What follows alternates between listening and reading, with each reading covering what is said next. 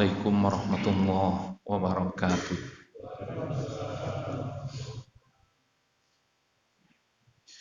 Bismillahirrahmanirrahim. Alhamdulillah. Hamdan katsiran kama amar.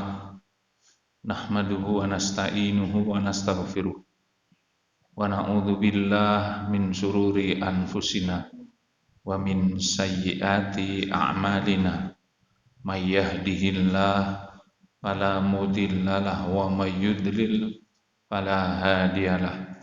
Asyhadu an la ilaha illallah wa kafa billahi syahida ma ba'du.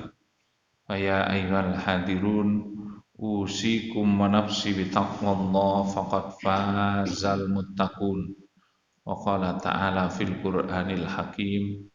A'udzu billahi minasy syaithanir rajim.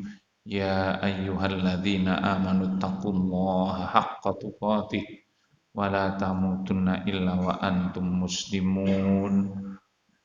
Para bapak, ibu, hadirin jamaah salat Isya dan jamaah kajian ba'da salat Isya setiap Kamis Masjid Ad-Da'wah yang dirahmati Allah Subhanahu wa taala.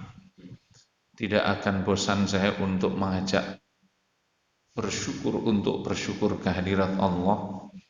Karena sampai hari ini kita masih diberi umur panjang. Ini adalah hari ke-14, sudah masuk malam ke-15 dari bulan Jumadil awal. 13 ke 14.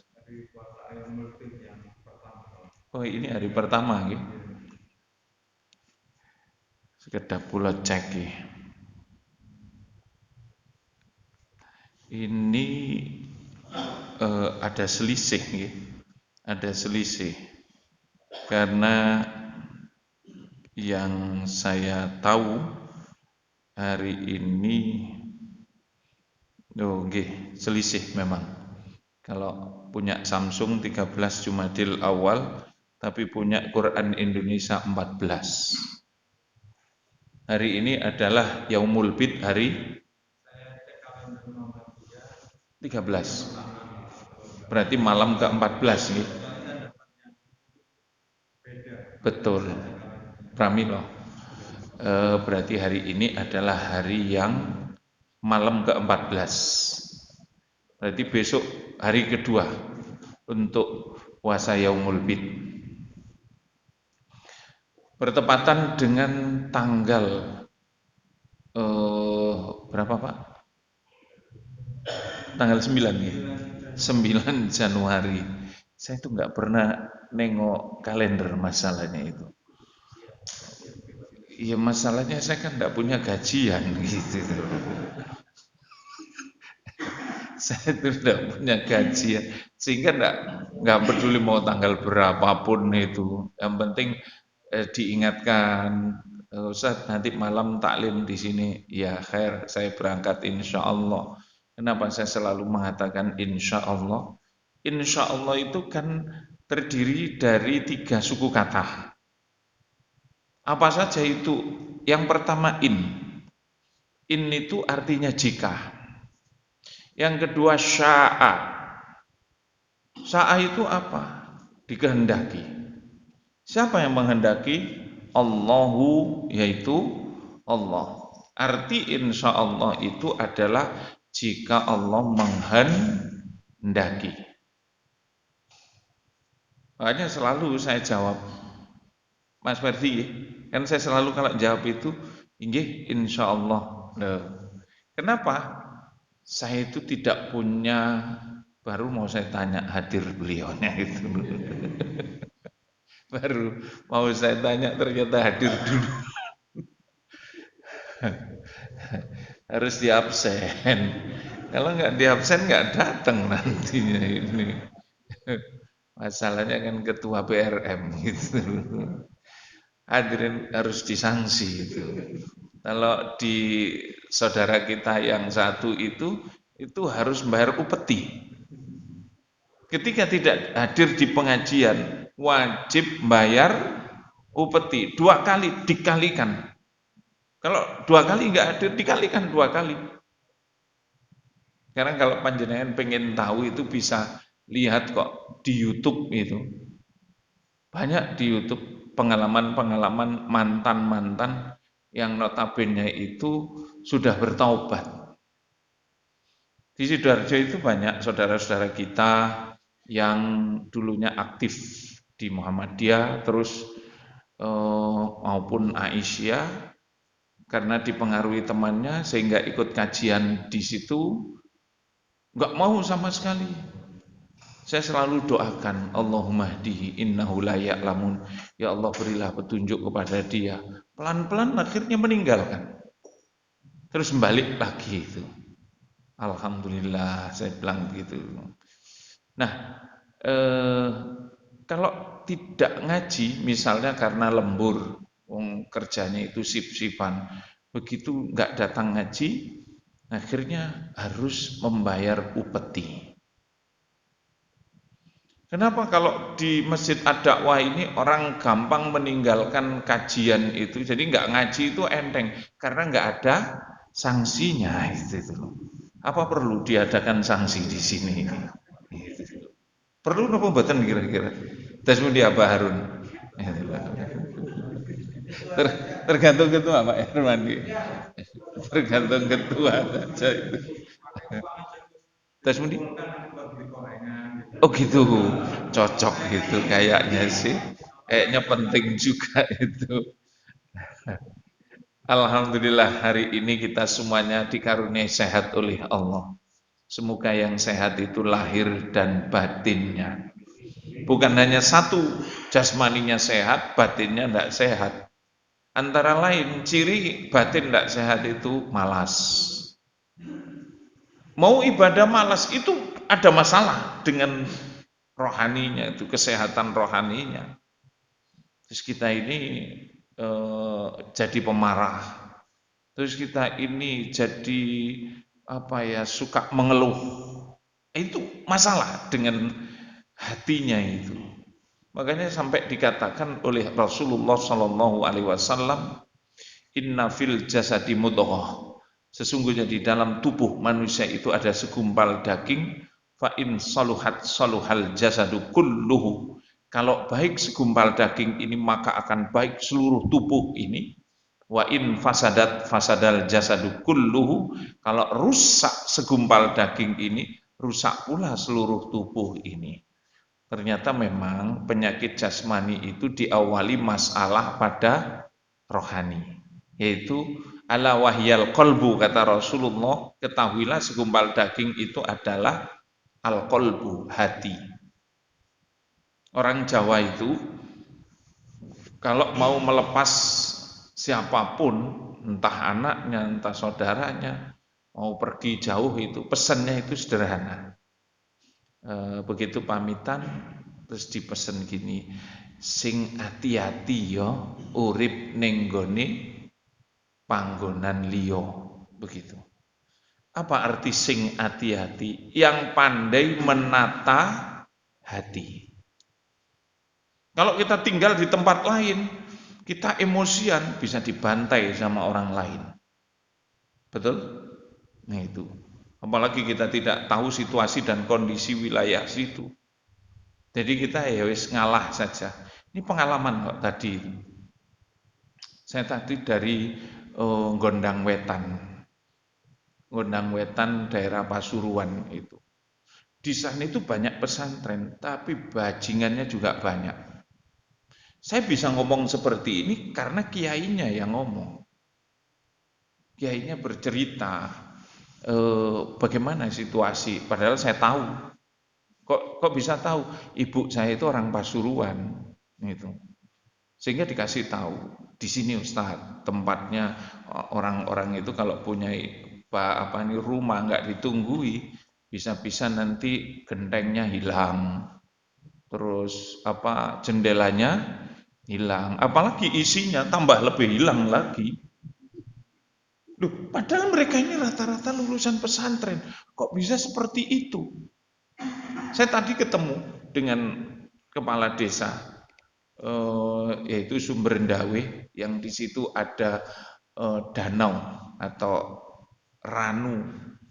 Nah, itu ranu di daerah Grati, itu ranu Grati situ. Cerita Pak Lurahnya itu, di sini Ustadz katanya gitu. Sini ini tempatnya maling semuanya. Terus gimana cara ngatasinya?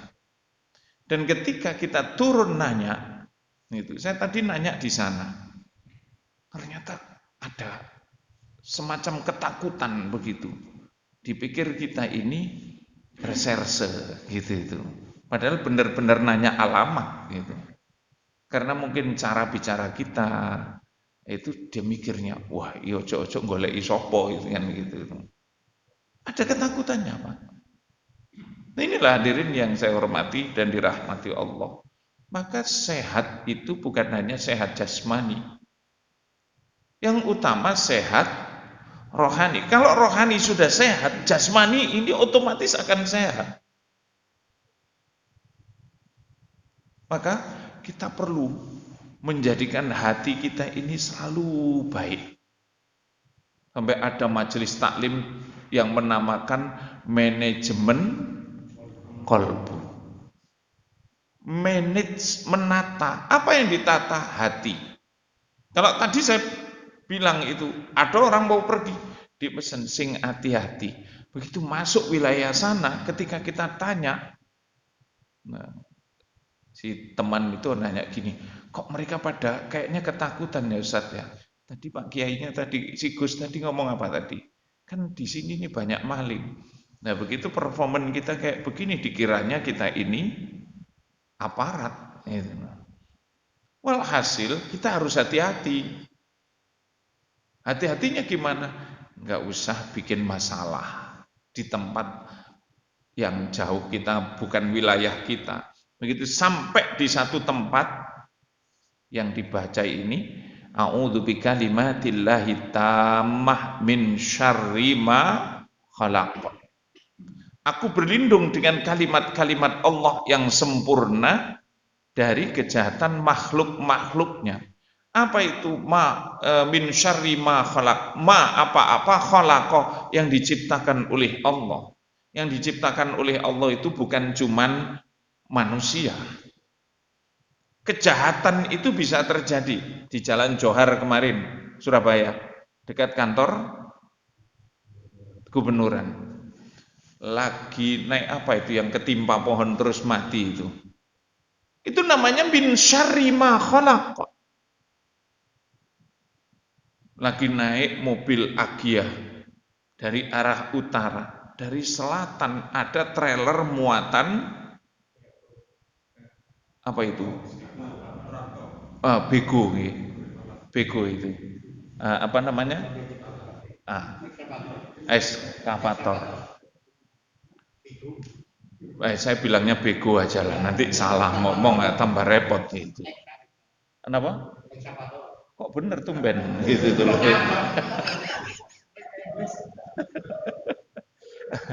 He is very fluently in English gitu. Hadirin yang saya hormati dan dirahmati Allah. Kok bisa? Wong ini loh naik di atas trailer. Tahu-tahu trailer ini banyak pecah oleng nabrak pembatas. Begitu nabrak, ini yang namanya kendaraan ini jatuh, ketimpa. Ini namanya min syarri ma khalaq. Dari kejahatan makhluk-makhluknya. Orang mau betulin ini di atas toh. Karena sekarang ini kan banyak kerangkanya itu dari galvalum. Lupa. Betulin ini langsung kesetrum, meninggal. Itu namanya min syarri ma khalaq. Jadi apa yang diciptakan Allah itu bukan hanya manusia. Bisa jin, bisa apa lagi? Bisa apapun, pohon. Bahkan ini bisa menjadi satu kejahatan loh Pak ini. Coba kalau ini masuk ke telinga gitu. Bahaya enggak ini? Sangat bahaya. Ini masuk ke mata. Ini Ini namanya min syarri ma khalaq. Nah, doa-doa itu luar biasa. Makanya ada doa maktur, ada doa masnu. Maktur itu yang diambil dari Al-Quran, diambil dari hadis-hadis Nabi Shallallahu Alaihi Wasallam. Kalau yang namanya masnu itu dibikin oleh manusia. Cirinya apa? Redaksinya bertele-tele, isinya sedikit. Kalau maktur biasanya redaksinya simpel, isinya luas banget. Gitu. Makanya malam hari ini saya membahas satu doa, di mana satu hari Rasulullah Shallallahu Alaihi Wasallam ketemu dengan Mu'ad bin Jabal. Ketika bertemu dengan Mu'ad bin Jabal, dipegangnya tangan Mu'ad. Terus Rasulullah mengatakan begini, ya Mu'ad, aku mencintaimu karena Allah. Cinta itu namanya tahabub. Dalam bahasa agamanya itu saling mencintai. Orang Islam harus saling cinta mencintai. Apalagi kalau kita sudah tingkatannya mukmin, al mukmin lil mukmin kal bunyan yashuddu ba'duha ba'don. Mukmin yang satu dengan mukmin yang lain itu ibarat satu bangunan, harus saling menguatkan, bukan saling menjatuhkan. Yang ada sekarang apa Pak? Menguatkan atau menjatuhkan Pak Jatmoko? Menjatuhkan itu. Mikir kita ini. Apa mereka nggak paham ya dengan sabda Nabi ini? Allahu a'lam, kita nggak bisa menjawabnya karena mereka yang melakukan itu. Kalau dengan orang Islam bermusuhan, tapi dengan orang kafir kok gimana? Bermesraan gitu. Bermesraan. Orang Islam sesama muslim ngaji di Kisruh. Tapi giliran dengan orang-orang non-muslim, mereka ibadah dijaga. Nah, Rasul Shallallahu Alaihi Wasallam waktu memegang tangannya Mu'ad bin Jabal, aku mencintaimu karena Allah. Cinta karena Allah, berarti sesama muslim harus saling mencintai. Iya, kalau sesama muslim harus mau berkorban. Saudaranya satu mengalami kesulitan, dibantunya, itu namanya berkorban namanya itu. Terus setelah mengatakan seperti itu, ya Mu'ad, coba kamu berdoa setiap kali habis sholat, kamu berdoa dengan doa ini. Ternyata Nabi itu mengajarkan satu doa yang berbunyi, Allahumma a'inni ala dzikrika wa syukrika wa husni ibadatik. Jadi ada 3 poin di sini. Yang pertama, ya Allah, a'ana yu'inu, tolonglah aku. Ditolong untuk apa? Untuk bisa senantiasa ingat kepada Allah, zikir. Berzikir kepada Allah. Cara zikir itu banyak, Pak. Membaca Al-Quran juga zikir. Wong Al-Quran itu disebut az-zikra. Jadi begitu kita membaca Al-Quran, harusnya batin ini tenang. Karena di Al-Quran surat ke-13, surat apa ini? Ar-Ra'd. Ayat ke-28. Di surat ke-13, yaitu surat Ar-Ra'd, ayat ke-28 ini Allah berfirman, alladzina amanu wa tatma'innu qulubuhum bidzikrillah. Ala bidzikrillahi tatmainnul qulub. Maknanya, hadirin yang dirahmati Allah Subhanahu wa taala, dan yaitu orang-orang yang beriman dan hati mereka menjadi tentram dengan mengingat Allah. Harusnya kalau orang beriman itu sholat, maka batinnya itu akan jadi tentram, karena sholat itu zikir, betul? Nah, tapi banyak enggak orang yang habis sholat itu enggak tentram batinnya itu. Berarti sholat, zikirnya itu belum sampai sini. Zikirnya itu cuma di lisan, belum sampai di sini. Tapi alhamdulillah karena dia sudah berzikir, walaupun hanya sebatas di lisan, harus ditingkatkan itu. Alladzina amanu wa tatma'innu qulubuhum bidzikrillah. Ala bidzikrillahi tatmainnul qulub. Ingatlah, hanya dengan mengingat Allah hati menjadi tentram. Kalau kita ingat akan Allah, Allah itu adalah Rabb kita. Allah itu adalah Tuhan yang maha mengatur.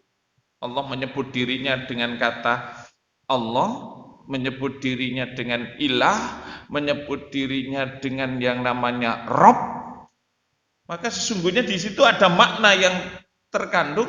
Kalau dikatakan ala bidzikrillahi tatmainnul qulub, ketahuilah dengan mengingat Allah pasti hatimu akan tenang batin ini. Padahal penyakit yang sangat luar biasa saat sekarang ini, banyak orang yang nggak tenang hidupnya. Kalau nggak tenang lawannya apa? Gelisah. Bahasa anak mudanya apa gelisah itu, Pak? Galau. Woi, galau itu. Waalaikumsalam warahmatullahi wabarakatuh.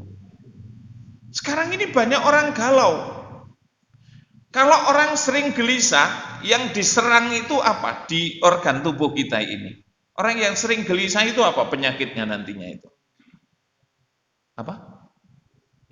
Hati. Kan gini, kalau orang itu egois itu penyakit hati enggak itu? Penyakit hati. Nanti sakitnya apa kira-kira? Orang yang sering gini, pokoknya suka maksa, harus begini, kamu harus begini, harus begini. Ujung-ujungnya diabetes nantinya itu. Bukan darah tinggi, diabetes. Itu kencing manis. Karena dia pengennya yang manis-manis saja. Maunya ini harus. Hati-hati yang punya kebiasaan seperti itu. Kalau kita punya mau seperti ini, sudah ngaji loh ya. Hari ini sudah ngaji kayak begini. Ya kalau sudah ngaji seperti ini, mulai introspeksi. Ketika kita punya mau terus harus seperti ini, stop, istighfar. Ini Syekh Latif kemana ini? Syekh Latif. Oh rapat cabang itu. Hadirin yang dirahmati Allah. Kalau orang sering cemas, kenanya itu di sini, Pak. Ini loh yang masalah nanti kalau sering cemas itu. Apa namanya? Lambung. Orang kalau sering cemas, terus sering gini, sedih berkepanjangan. Misalnya kehilangan sesuatu, terus dipikir terus, itu yang kena ini nantinya itu. Padahal sekarang ini banyak orang yang sakit asam lambung. Begitu asam lambung, hati-hati dengan asam lambung itu. Kalau orang kena asam lambung, saya cuma bertanya begini, ternyata bukan karena faktor kurang makan, enggak. Itu pikiran. Pikiran yang sering sedih yang berkepanjangan, terus cemas yang berkepanjangan, ujung-ujungnya kena ini. Kalau sudah perut yang kena, lambung yang kena, itu naiknya ke jantung nantinya ini. Paru-paru, larinya ke ginjal, larinya kemana lagi? Ke semua organ tubuh kita ini. Makanya Nabi dawuh begini, al-batnu asludda, perut itu sumber penyakit. Wal himyatu aslud dawa, maka tarak itu menahan diri. Itulah obat yang sangat luar biasa. Jadi obatnya gimana? Istighfar saja. Istighfar. Saya kena asam lambung, sebabnya apa, Pak? Maaf. Karena ketika putri saya itu sakit, Saya tuh cemas gitu, gimana ini, gimana ini. Ingat sebentar, istighfar, astagfirullahaladzim ya Rob, kenapa saya sampai seperti ini? Terus habis itu begitu dia meninggal, lihat barangnya, saya tuh nangis. Ya Allah, kamu sudah nggak ada nak, gitu. Terus ketemu temannya yang waktu kuliah pakaiannya sama gitu. Saya langsung, ya Allah, itu. Saya hilangkan dengan apa? Dengan yang namanya istighfar. Setiap itu ternyata kena yang di sini ini. Terus begitu saya periksa ke dokter, Ustaz, panjenengan ini asam lambung. Terus sering nyesek saya itu. Kalau naik tangga itu berat banget itu. Padahal mantan olahragawan kan begitu. Bukan berarti saya tidak olahraga, tetap olahraga. Tapi dulu kan tiap hari ngelatih itu. Eh, ternyata akhirnya apa? Naik tangga, kok berat ya? Saya tanya kepada ahlinya, oh panjenengan ini asam lambung. Saya pijet, langsung dibilang begini, Bapak ini kena asam lambung. Sebabnya apa? Panjenengan mikir apa? Katanya begitu. Saya tuh kepikiran, kadang-kadang kalau ingat anak saya diem aja gitu. Terus kadang-kadang didorong oleh pasangan saya. Pasangan saya kalau lihat apanya ingat anaknya nangis. Padahal saya juga pengen nangis tapi saya tahan gitu. Makanya ayo sekarang kita lepas saja. Wong kita itu loh enggak punya apa-apa. Lahir ke dunia punya apa? Itu namanya zikir, Pak itu. Makanya kata Rasul kepada Mu'ad bin Jabal, ya Mu'ad, kalau kamu habis sholat jangan pernah lupa untuk berdoa ini.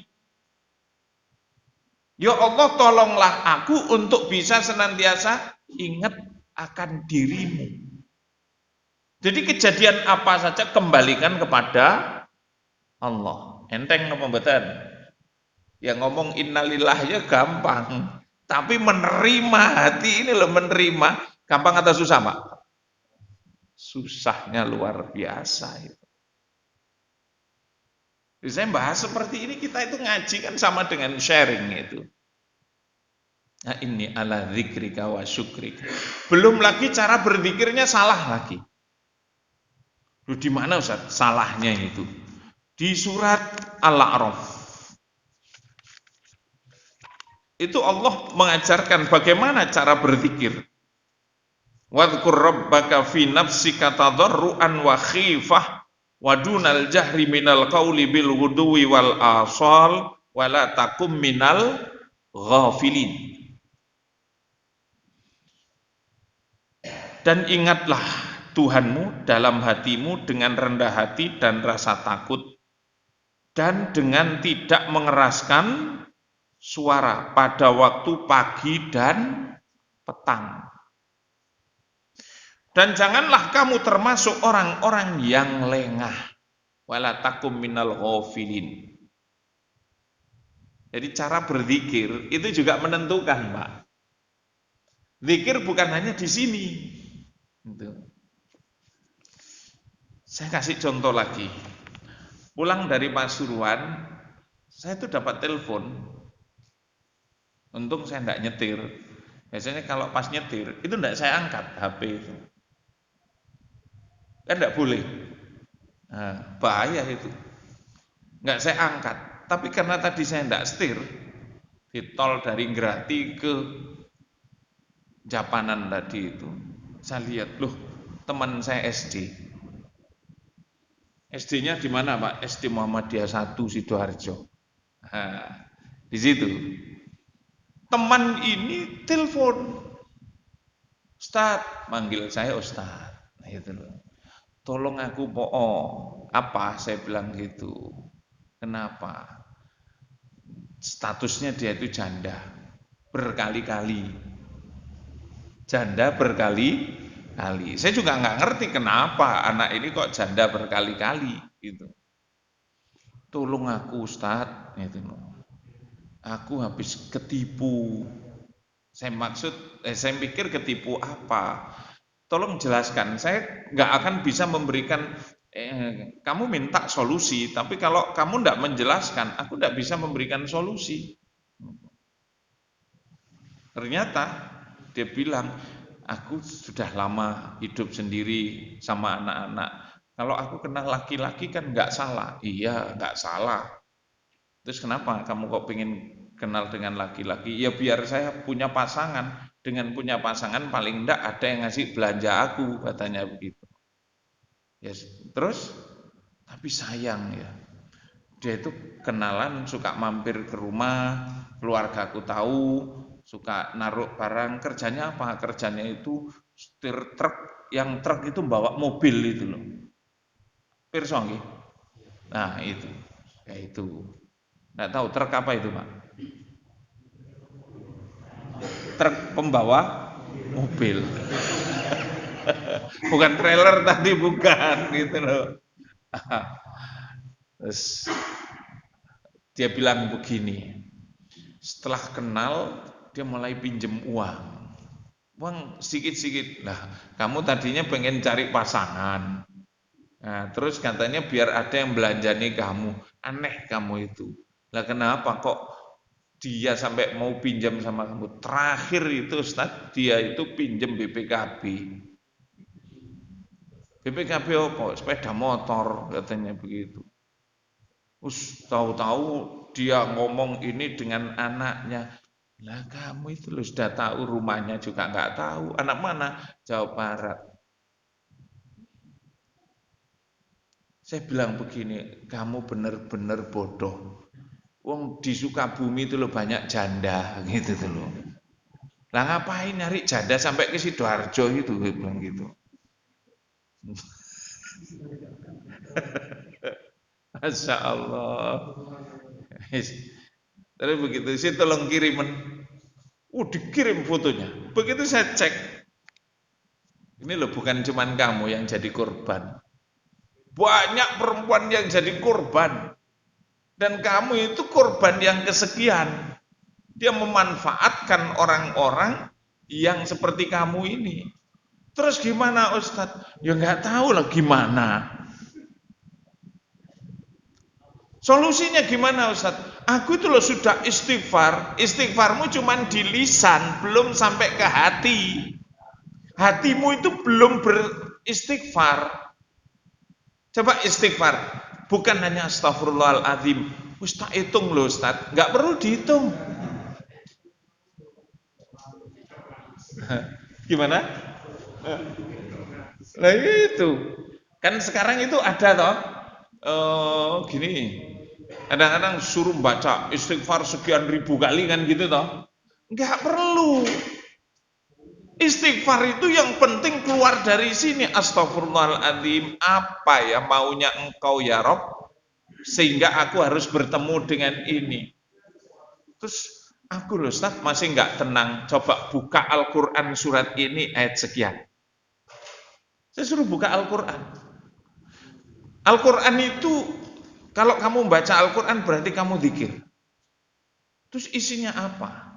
Loh kok bisa aku ketemu orang itu begitu saya suruh buka surat 57, surat ke-57, ayat ke-22 sama ayat ke-23 yang bunyinya begini, a'udzubillahi minasyaitonirrajim, ma asaba min musibatin fil ardi wala fi anfusikum illa fi kitabin min qabli an nabra'aha inna dzalika 'alallahi yasir likaila ta'sau ala ma fatakum wala tafrahu bima atakum wallahu la yuhibbu kulla mukhtalin fakhur.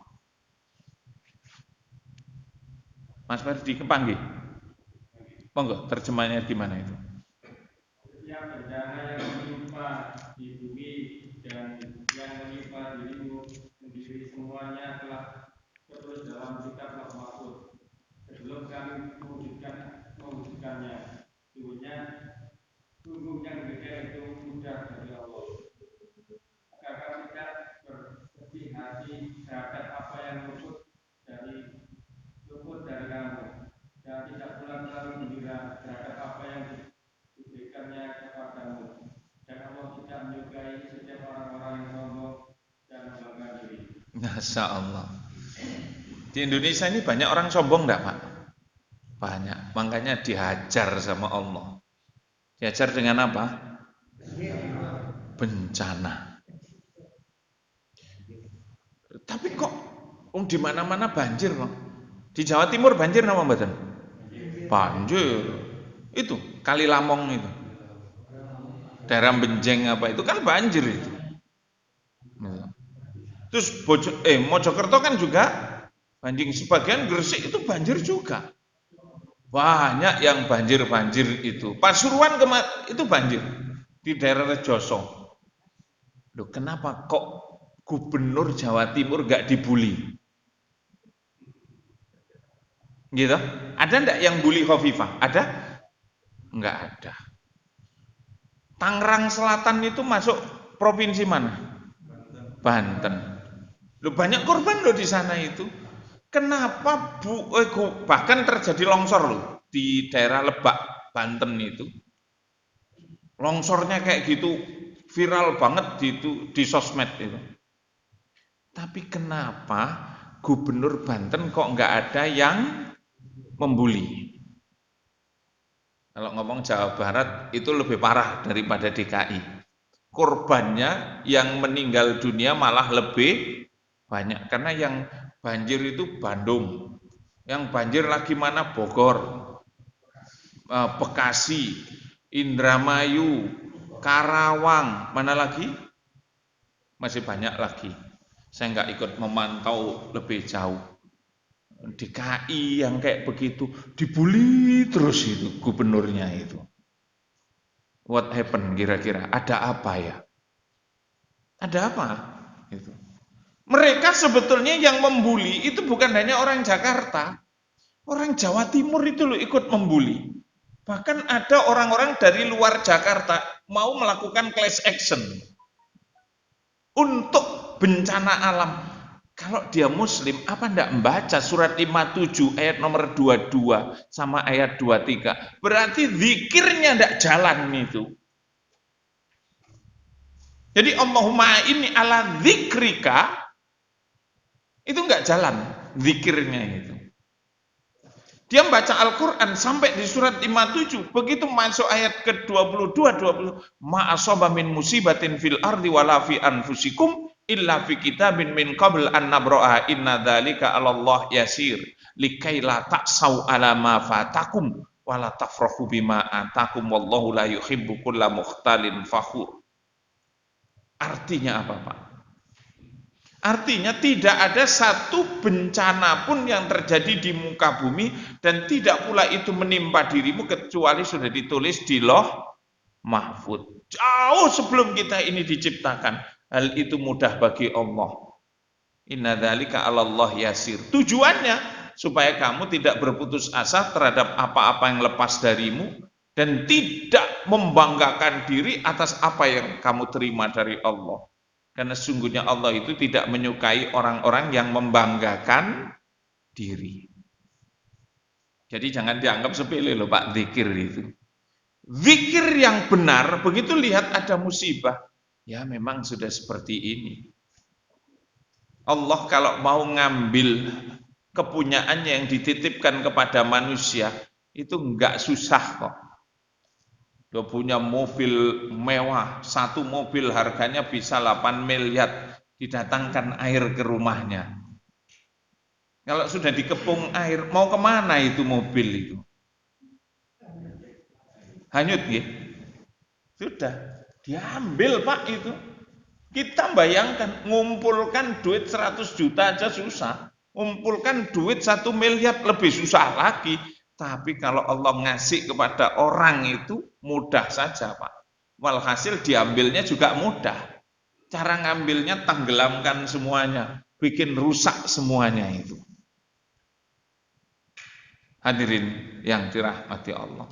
Orang kalau sudah bisa mengingat Allah, maka muncul yang kedua. Apa sih muncul sikapnya itu? Selalu bisa bersyukur. Nah, ini ala dzikrika wa syukrika. Nah, syukur ini Pak yang harus selalu ada pada kita ini. Karena ketika kita bersyukur, kata Allah di dalam Al-Quran surat Ibrahim, itu surat ke berapa? 14. Ayat nomor 7 yang berbunyi, wa itta'adzana rabbukum la in syakartum la azidannakum wa la in kafartum inna adzabi lasyadid. Dan ingatlah ketika Tuhanmu memaklumatkan, jika kamu bersyukur, pasti akan aku tambah nikmat yang ada padamu, dan jika kamu kufur, sesungguhnya siksaku adalah sangat pedih. Hadirin yang dirahmati Allah, bersyukur kita dipertemukan dengan tahun 2020. Ada yang belum masuk tahun 2020 sudah diambil sama Allah nyawanya itu. Ada ya Pak ya? Ada itu. Siapa Pak?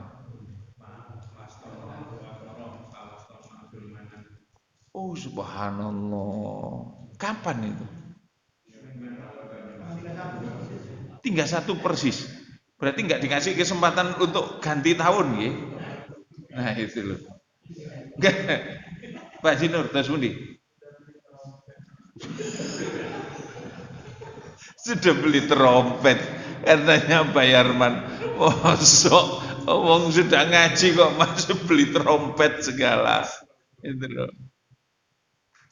Jadi kalau orang itu bersyukur, mensyukuri nikmat Islam, jadilah orang Islam yang baik.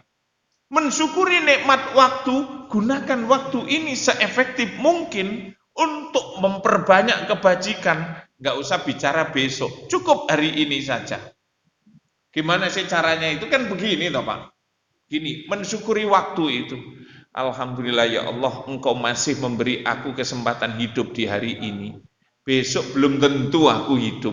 Maka kalau aku bermalas-malasan untuk berbuat baik, jangan-jangan besok aku sudah tidak punya kesempatan lagi untuk berbuat baik. Nyesel enggak kira-kira? Itu yang dikatakan walain kafartum inna adzabi lasyadid. Nah, kalau jadi bupati, jadilah bupati yang pandai bersyukur. Gunakan untuk berdakwah, jangan untuk mencari keuntungan. Biar tidak kena. Bupati mana? Itu loh. Jenengan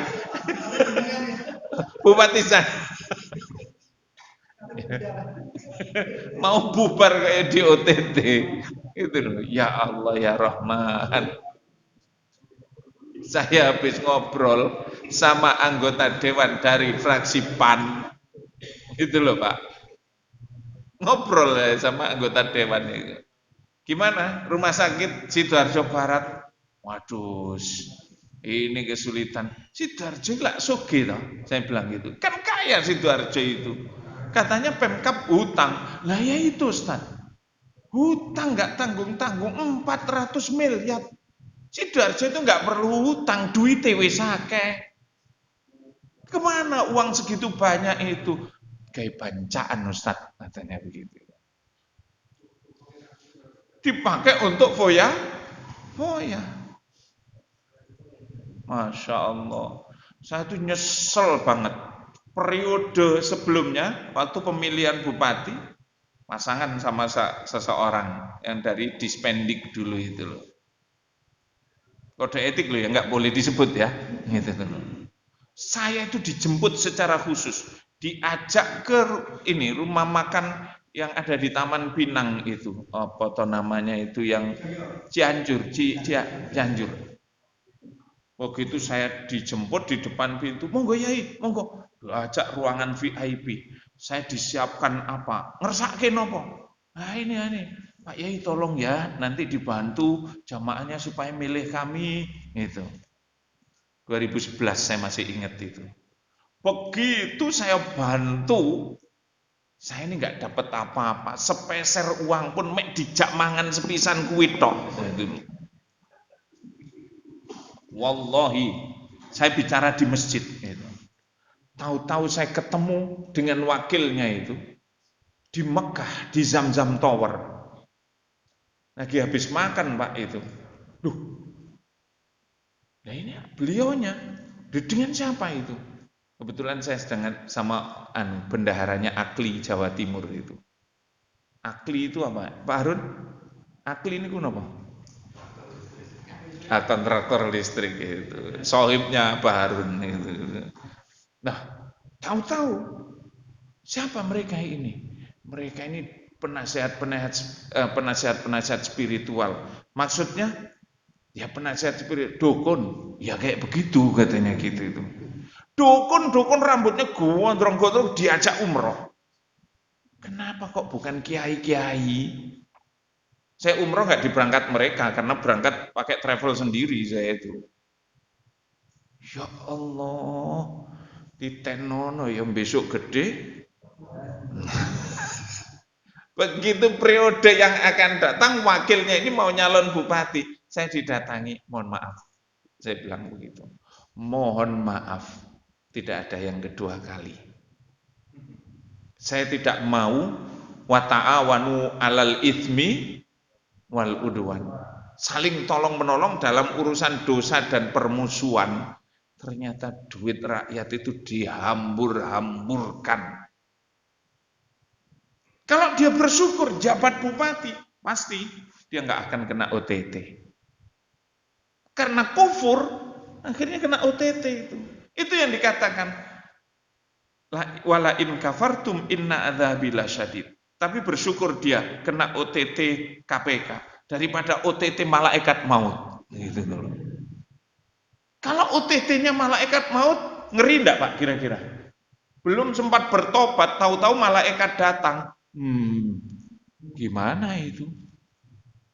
Karena nanti rakyat sak kabupaten ini nuntut hak kami dulu loh. Itu belum diberikan. Sidoarjo sama Surabaya itu kok jomplang gitu. Jomplang banget itu loh. Apa sih yang nggak kaya Sidoarjo itu? Terminal punya, bandara punya, waduh pabrik di mana-mana itu. Pabrik di mana-mana. Sidoarjo pokoknya top markoto. Tapi kok bisa utangnya banyak? Terus Surabaya punya yang namanya frontage, timur dan barat. Sidoarjo frontage timur gak mari-mari gitu. Nang di duit rakyat iki neng di. Itu karena mereka tidak ingat kepada Allah, tidak bersyukur atas nikmat yang diberikan oleh Allah Subhanahu wa Ta'ala. Coba kita ini kalau nggak mensyukuri nikmat hidup ini, tidak kita gunakan hidup ini untuk memperbanyak kebajikan, terus di OTT sama malaikat maut. Pasti enggak kita kena OTT nantinya itu. Pasti kullu nafsin dha'iqatul maut. Setiap yang bernyawa mesti akan merasakan mati. Ditangkap sama malaikat. Tek, ini namanya OTT. Operasi tangkap tangan malaikat. Hadirin yang dirahmati Allah. Begitu kita berzikir sudah, bersyukur sudah, yang terakhir itu apa sih? Itu. Inni ala dzikrika wa syukrika, yang terakhir wa husni ibadatika. Tolonglah aku ya Allah untuk bisa memperbaiki kualitas amal ibadahku. Kualitas amal ibadah, Pak. Dan kita harus ingat, kehadiran kita dihadirkan ke dunia ini dengan satu tujuan. Surat 51 ayat 56. Surat Adz-Dzariyat ayat 56 apa Mas bunyinya Mas? Terjemahnya gimana itu?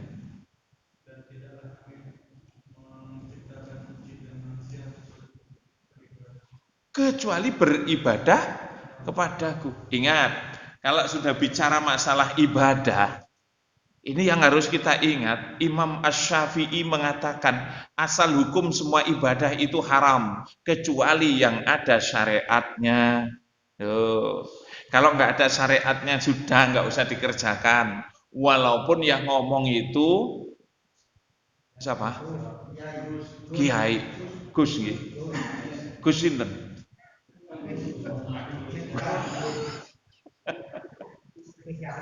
Gus Yarman katanya itu loh. Jadi ibadah itu sudah ada syariatnya. Begitu kita diajak orang untuk melakukan sesuatu yang nggak ada syariatnya, tinggal. Itu tipu daya setan itu. Dan kalau sudah jadi orang Islam yang harus totalitas jadi orang Islam itu. Tapi nyatanya itu hari ini jadi Islam, besok jadi Yahudi, besok lagi jadi Nasrani, besok jadi Hindu. Gimana contohnya itu? Waktu ada kematian ini campur-campur loh. Walaupun orangnya Islam, campur-campur itu. Loh Pak, kita itu orang Indonesia, orang Islam yang tinggal di Indonesia. Akhirnya muncul Islam. Nah, itu jebakan Batman. Jebakan Batman untuk kita semuanya. Enggak usah. Cukup Rasulullah saja contohnya itu. Rasul memang pernah mengerjakan seperti itu. Kalau Rasul nggak pernah mengerjakan seperti itu, ya sudah nggak usah. Cukup itu. Karena acuan kita itu surat 33 ayat 21. Surat Al-Ahzab ayat nomor 21 yang bunyinya laqad kana lakum fi rasulillahi uswatun hasanah. Ibadah, apapun yang bernilai ibadah, berdoa itu ibadah, sholat itu ibadah. Ternyata banyak loh di antara kita yang sudah sholat. Kalau mau sholat itu harus apa? Sebelum sholat harus apa yang harus ada pada diri kita? Suci dari hadas. Caranya ya mandi, ya berwudu. Ngetes saya kemarin itu saya ngisi materi. Materinya berkenaan dengan bagaimana sih caranya berwudu itu. Karena ada materi toharoh. Materi toharoh. Ustaz, hari ini materinya toharoh. Taib. Saya bilang itu. Baik. Terus kita membahas apa? Membahas wudu saja Ustaz. Kalau bicara masalah wudu, sebelum kita bicara hadisnya, maka kita cukup bicara Al-Quran. Karena Al-Quran ini sumber dari segala macam sumber hukum. Hukumnya ada, dalilnya itu Al-Quran. Yang termaktub di surat 5 ayat nomor 6. Yang berbunyi, ya ayyuhalladzina amanu, wahai orang-orang yang beriman, idza kumtum ilas shalah, kalau kamu hendak mendirikan sholat, faghsilu wujuhakum. Ada empat hal yang ini wajib, 4 wajib di dalam wudhu itu. Kalau ini tidak dikerjakan, maka sudah nggak sah itu wudhunya itu. Apa? Faghsilu wujuhakum, basuhlah mukamu. Membasuh muka. Membasuh muka itu gimana sih? Sedikit sekali sudah cukup. Nah, di sini kena semuanya, jadi bersih muka ini. Faghsilu wujuhakum wa aydiyakum, berarti tangan harus juga dibasuh. Ilal marafiq, jadi caranya gimana? Kita ambil air terus diusap, dibasuh sini, begitu sampai sini dibalik nomane, seret. Gitu. Jadi dibasuh ini balik. Ke sini lagi, terus balik lagi. Nah, kalau wudhu kita ini nggak benar, dijamin sholat kita juga nggak benar. Wong Rasulullah dawuhnya itu fa'as bigil wudhu, bikin baik wudhumu. Terus apalagi? Famsahu, sapulah. Pakai sapu apa Ustaz? Ada yang nanya gitu itu. Disapu dengan tangan, tangan dikasih terus dibuang, disapu begini. Jadi dikembalikan lagi. Kalau memungkinkan. Kalau nggak mungkin kan sapu aja satu. Terus terakhir itu, yaitu basuhlah kakimu sampai kedua mata kaki. Sini saja, nggak usah sampai ke sini. Yang saya tanya akhirnya begini, Bapak dan Ibu, panjenengan ini melaksanakan yang namanya wudhu. Apa sih arti wudhu itu? Pertanyaannya apa itu? Wudhu. Wudu itu diambil dari kata dau. Dau itu apa, Pak? Sinar, bersinar itu. Makanya orang yang wudunya benar, mukanya pasti bercahaya. Lalu terus kumur, sunnah. Istinsak, sunnah. Mengusap telinga juga, sunnah. Yang wajib itu 4 ini saja. Kalau orang waktu berwudu itu berkumur, maka sebetulnya bukan hanya sekedar berkumur, bersihkan lisanmu itu dari hal-hal yang tidak baik. Apa yang dibersihkan? Sudah wudu, iya. Jaga lisan untuk tidak berdusta, untuk tidak ngomong-ngomong yang tidak berguna. Apalagi sampai fitnah sana, fitnah sini. Ini yang disebut wa husni ibadatika. Mosok sudah bertambah tahun, berarti kalau tambah tahun umur kita nambah atau kurang? Ya nambah sekaligus kurang. Kalau sudah semakin berkurang, berarti kita semakin dekat dengan yang namanya mati. Kalau sudah dekat dengan yang namanya mati, kok kita tenang-tenang saja ya? Masih tetap saja seperti kemarin. Saya tes wudhu, ternyata jamaah itu banyak yang masih belum benar Pak cara wudhunya. Jangan dianggap sepele loh kalau kita membasuh muka itu. Begitu airnya.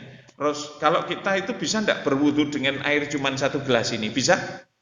Bisa. Makanya kan gini, kalau laki-laki pas tawaf di Ka'bah itu ada orang 7 putaran 7 kali wudhu. Kok bisa? Baru jalan pret gitu. Jalan lagi pret gitu. Ustaz, batal loh Ustaz, minggir gitu. Saya panggil yang namanya mutawif. Mutawifnya itu mahasiswa. Mahasiswa ini langsung, ya Allah Ustaz, sudah selesai langsung mengeluh. Ya Allah Ustaz, luar biasa Ustaz. Kenapa? Itu. Masa Ustaz 7 kali putaran, 7 kali berwudu Ustaz. Nah, sudah, kalau laki kan suruh aja ke situ. Wudunya caranya kan cukup begini aja Mas. Gitu. Iya juga ya Ustaz ya. Kenapa kok saya bawa ke midoah di sana? Itu kan ada. Nggak usah sampai keluar. Tapi satu lagi ada perempuan Ustaz. Yang sampai 4 kali Ustaz. Kalau sudah ke tempat wudhu midoah, harus pipis, harus apa. Ada yang sebentar pengen pipis, sebentar pengen pipis gitu. Di sana kan tidak seperti di ad-dakwah begini. Walaupun toiletnya satu, kamar mandinya satu, tapi sepi. Gitu. Betul? Nah itu, apalagi jamaahnya sehat-sehat seperti ini. Kalau yang namanya di Masjidil Haram, berderet yang namanya kamar, gitu. Tapi orang yang mau wudhu, yang mau pipis, berderet atau enggak? Berderet. Apalagi orang-orang itu punya kebiasaan masing-masing. Ya Allah. Kalau masalah wudhu, saya bilang. Saya kasih yang namanya tutorial. Caranya wudhu, gak usah banyak-banyak. Sampai bawa yang namanya botol kecil, itu untuk wudhu. Nah, sekali saja sedikit langsung usapkan gini. Gak usah banyak-banyak. Wong Rasulullah itu loh pernah ketika berhadas besar atau junub mandi bareng istrinya cukup dengan air satu apa itu? Kok satu gayung?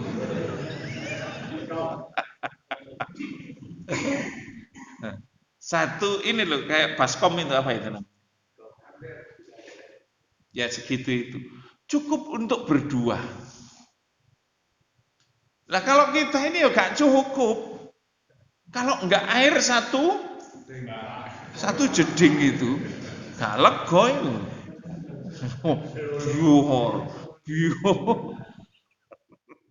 Itu ngasih contoh yang paling baik. Sudah dikasih contoh yang paling baik. Kita ini nggak mau nyontoh Nabi. Itu hak Pak itu Pak. Nah berarti kita ini satu gayung ini asal cukup aja terbasuh semuanya iya. Terus rambutnya gimana? Rambutnya itu cukup air dibasahi terus di sela-sela begitu itu. Sudah cukup itu.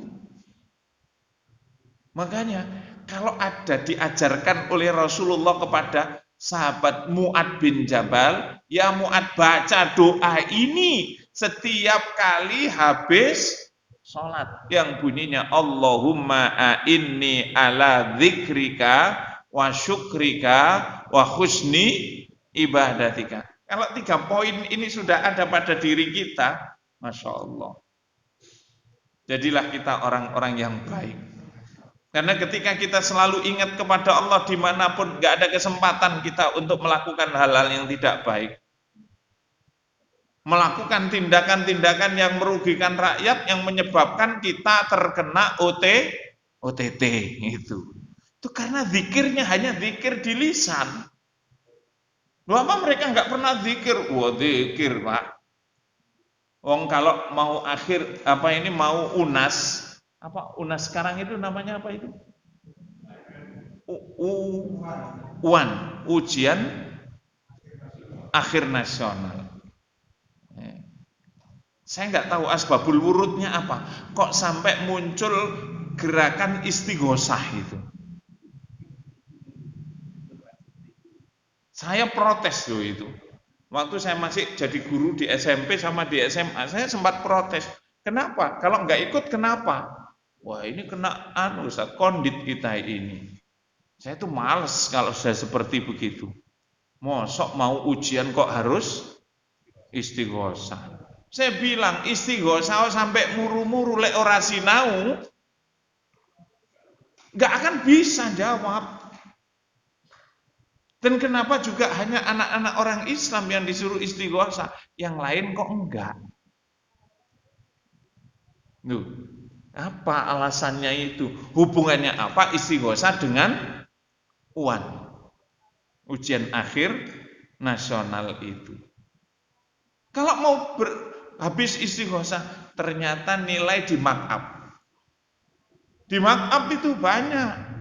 Lo kok tahu Ustaz, saya akhirnya mau resign jadi guru itu karena gini, begitu pelajaran agama, anak ini soal berapa jawabnya cuma 2 yang benar itu. Akhirnya yang saya tulis itu yaitu nilainya misalnya 20, saya tulis 20 Pak. Kebiasaan saya waktu di pesantren Gontor itu nilai 1 ya ditulis 1, dikirim ke orang tua. Dipanggil saya sama kepala sekolah itu. Apa katanya? Pak Hidayat, nggih, kalau panjenengan begini, nggak ada yang lulus Pak Hidayat, murid-murid kita ini. Ya biarin, saya bilang gitu. Biar mereka itu mau belajar. Ya jangan begitu. Terus maunya gimana?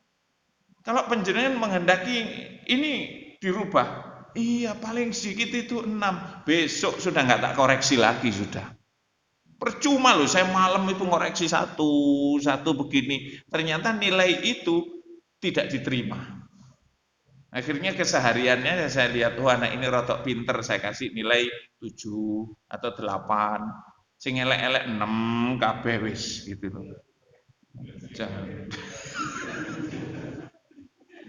Lu percuma Pak. Itu. Ngapain saya capek-capek begitu? Terus saya bilang, penjenengan jangan salahkan kalau ini nanti nggak tak koreksi ulangan itu. Saya ini sudah jujur sebagai seorang pendidik. Saya bukan seorang pengajar, saya ini pendidik. Kalau mengajar, habis ngajar selesai. Kalau pendidik, masih ada tanggung jawab itu. Mendidik mereka sampai mereka itu dewasa. Makanya saya itu pernah ketemu sama mantan murid saya, yang pernah saya pukul sampai berdarah itu. Yuk kaget saya, lu kenapa kok sampai saya mukul itu? Gara-gara saya nerangkan di papan, saya tulis ini, anak-anak ini gini, tahu-tahu ada yang ngomong gini, gaya tok, gitu. Padahal saya bahas Al-Quran itu. Siapa tadi yang ngomong? Kalau enggak tak suruh merayap semuanya di kolong meja ini. Akhirnya, pokoknya sadis Pak saya dulu kalau jadi guru itu. Makanya wis aduh mundur ae gak dadi guru wis, dadi ustaz ae kan begitu itu loh. Zaman segitu jadi guru wis bayaran seteng, muridnya ndablek-ndablek gitu itu loh. Iya kalau guru zaman sekarang ada apa itu per 3 bulan itu Pak? Apa namanya itu? Sertifikasi. Oh keren, kalau ada sertifikasi tak kejar dulu itu. Enggak ada loh Pak. Terima gaji ngasih istri, tanya, si anak duitnya, gak ono ya, duit piro kan gitu itu loh. Masya Allah, kita kerjanya ya Allah. Udah begitu, nilainya nggak dihargai itu. Selesai sudah, mundur aja. Berarti banyak kebohongan-kebohongan itu. Anak yang saya pukul itu, begitu selesai, udah mau keluar. Mau kemana kamu? Sini. Nah, kamu, saya tahu bapakmu itu tentara, tapi muridnya Pak Hidayat itu tentara, Yon Arhanud, Marinir, Yon 3, Angkatan Laut Juanda, Batalion 507, Batalion Yon Sipur. Karena saya pelatih. Ya itu. Singkat cerita, anak ini begitu jam istirahat saya ajak ke ruang guru, saya nasihati. Sebelumnya tak pesankan bakso, suruh makan bakso dulu gitu. Sambil saya nasihati, mungkin kamu benci sama Pak Hidayat. Tapi satu waktu kamu akan berterima kasih kepada Pak Hidayat. Pukulan ini bukan pukulan benci, tapi pukulan sayang kepadamu. Akhirnya satu hari saya itu jalan di mall. Dan di mall ada orang yang nuntun anak kecil gitu.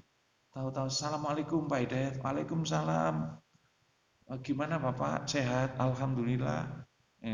Terus habis itu, tangan saya dicium, saya tarik begini, dipaksa dicium gini. Bapak lupa sama saya. Siapa ya? Bapak pernah ingat ada anak yang Bapak pukul sampai moncrot darah dari hidungnya? Nah, saya lupa, siapa ya? Itu loh. Yang dulu itu loh di SMP ini. Subhanallah, iya. Gedangan loh rumahnya. Iya, saya Bapak yang penjenengan pukul dulu itu. Terus mau dendam sama saya? Enggak, saya terima kasih katanya gitu itu loh. Terima kasih karena pukulan itu saya jadi berubah katanya gitu. Saya jadi berubah. Alhamdulillah terus saya rangkul itu anak itu.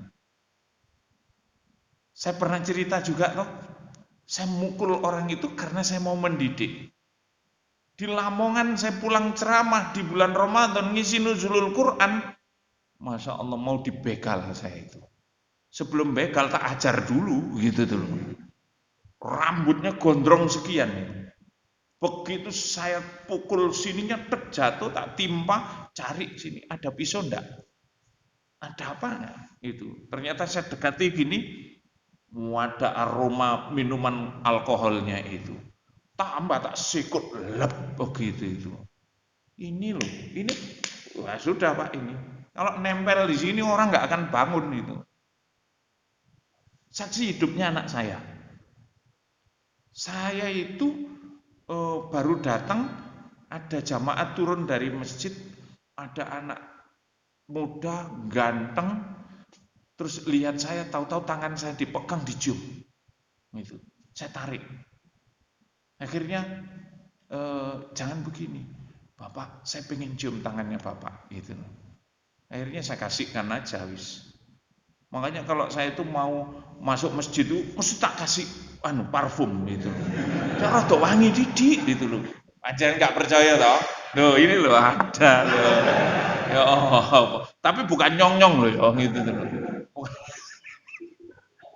Wallahi gitu loh. Masya Allah. Akhirnya apa? Bapak ingat Pak Ustadz masih ingat dulu Bapak pernah ngajar orang di pinggir lapangan itu. Oh iya, itu. Saya Bapak tak lihat, lu kok ganteng. Ya saya sudah tobat, sudah di Malaysia pembunuh bayaran. Gitu. Alhamdulillah sadar hanya karena tak kamplengi itu tadi. Masya Allah. tobat dia dan jadi sejarah itu. Di kampung sana dia bertobat itu. Pak kepala desanya, Pak petingginya, matur nuwun. Jenengan itu ndai sejarah di sini itu. Nggak akan terlupakan itu jenengan itu. Nah disinilah hadirin yang dirahmati Allah. Semua saya dasari ajaran Nabi kepada Mu'ad bin Jabal yang berbunyi Allahumma inni ala dzikrika wa syukrika wa husni ibadatika. Saya berharap ini semuanya dihafal dan tiap habis sholat mesti dibaca ini. Kalau kita selalu membaca doa ini, maka kita banyak berzikir kepada Allah, selalu bersyukur atas nikmatnya, pasti kualitas ibadah kita ini baik. Kalau sudah demikian, surga itu nggak usah kita minta, akan disiapkan untuk kita oleh Allah Subhanahu wa Ta'ala. Saya doakan semua yang hadir selalu sehat.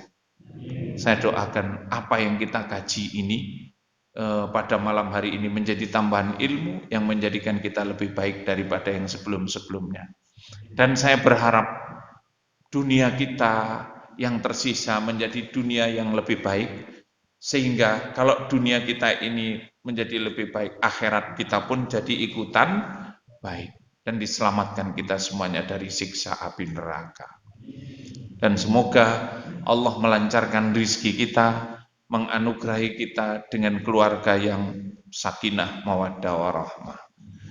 Mari kita tutup kajian ini dengan doa kafaratul majlis. Subhanakallahumma wa bihamdika asyhadu an la ilaha illa anta astaghfiruka wa atubu ilaik. Assalamualaikum warahmatullahi wabarakatuh.